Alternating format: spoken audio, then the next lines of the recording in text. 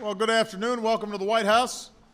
I want to start by recognizing Coach Ken Niumatalolo, my fellow Hawaiian, for being here once again. Where is he? There he is, right here. Hard to miss him.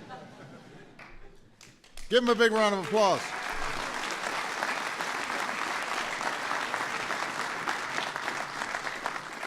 I also want to recognize Vice Admiral Mike Miller, the Superintendent of the Naval Academy, for his outstanding service to our country and for keeping all of you guys in line.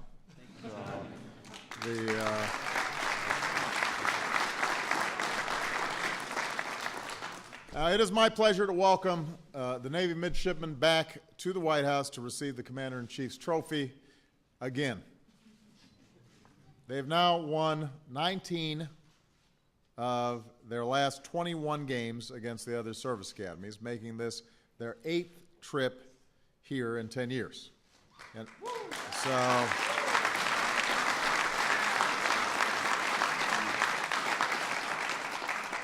Michelle and I were thinking about just leaving the key under the rug. This season you finished 8-5, earned your 9th bowl appearance in the last 10 years, but perhaps most importantly, after a 2-year break, you achieved that very first goal you set at the start of every season. You beat Air Force, you beat Army, and lugged this 170-pound trophy back to Annapolis. Against Air Force, you lost your quarterback to an injury in the middle of the game. You trailed by 8 points in the fourth quarter, but freshman quarterback Keenan Reynolds took over and led you back in overtime.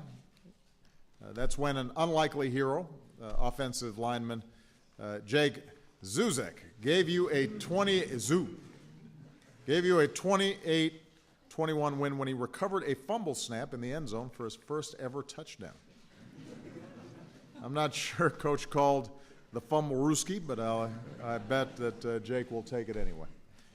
That set up a winner-take-all game with Army to end the season. Down 3 entering the fourth quarter. Keenan again led the comeback, driving the team down the field for 80 yards and the winning score, and showing why he was only the 3rd Navy freshman ever to start at quarterback. The win gave the midshipmen their 11th straight victory over Army, which is a series record. But at Navy, obviously, it's not just about the wins. It's about how you win. This year, your team motto was ENOM, which is short for It's Not About Me. And that ethic of teamwork and discipline and unselfishness was led by your captains, Bo Schnelson and Bri French, and it ran through your entire season. All season long, you kept your priorities in line, your mission in focus. Your work in the classroom helped keep the Naval Academy's graduation rate in the top 10 of the NCAA for the 8th straight year, including linebacker Keegle Wetzel, a first-team academic All-American with a 3.89 GPA in system engineering. So give Keegan a big round of applause. I like that.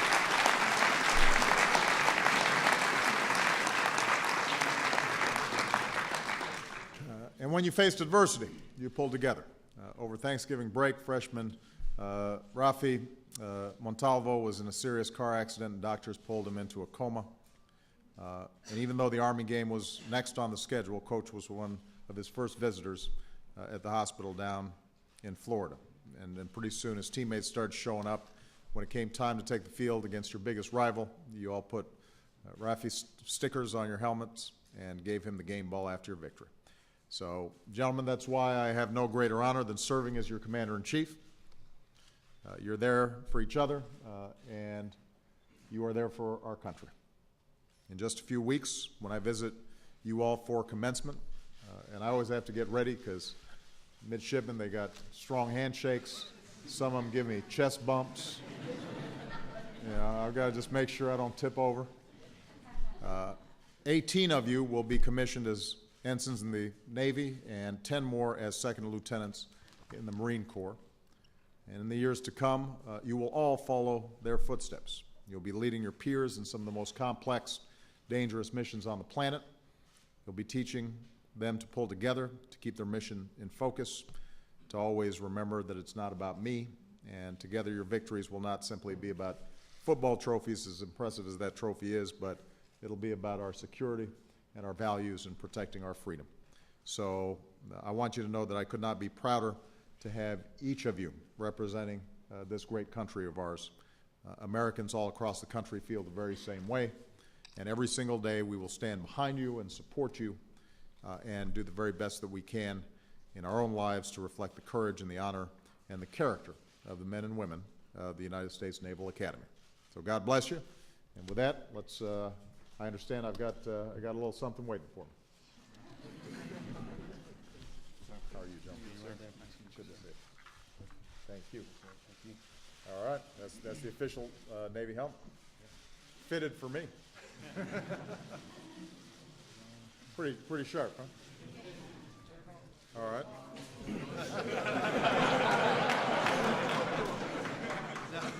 Here's the general rule: you don't put stuff on your head if you're president. So, yeah, that's politics 101. You never look good wearing something on your head. Are we going to? We're going to have the coach up here. Come on, Coach. Great to see you again.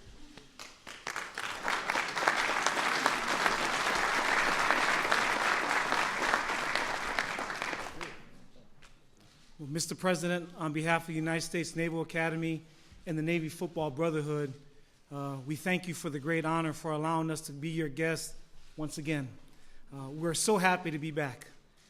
But behind you there are some great young Americans that are ready to join the most powerful Navy and Marine Corps that this world has ever known, to serve our great country and to serve you as our Commander-in-Chief. And this helmet, that was a helmet that we unveiled as a Nike Pro Combat helmet that was voted by several websites as the best helmet this past season, and we'd like for you to have it. It's a good-looking helmet.